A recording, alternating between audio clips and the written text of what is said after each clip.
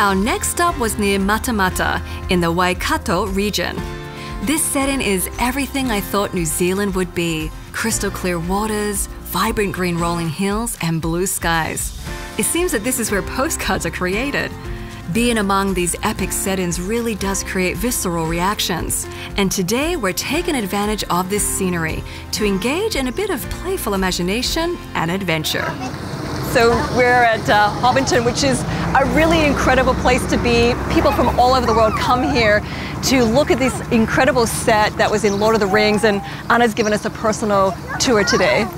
So what we're going to do is we're going to head on into the movie set. We're going to have a bit of a walk around. We're going to look at some hobbit holes. I'm going to tell you guys some stories, okay? And we're going to have a lot of fun. How's that sound? Woohoo! We're ready! Awesome, cool.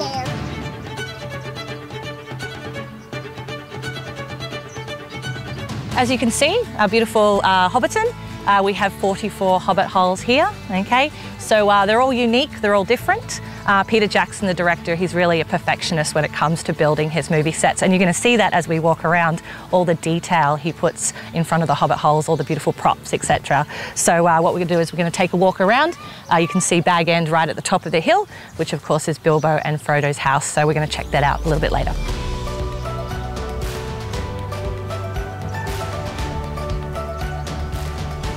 You know, the fact that my kids have never seen these films is totally irrelevant.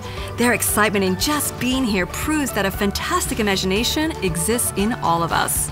On the other hand, walking around here garners respect for the artistic endeavors of filmmakers and their efforts to bring their stories to life. And yes, one could argue that it is touristy, but guess what? It's too beautiful for that to matter, especially for children.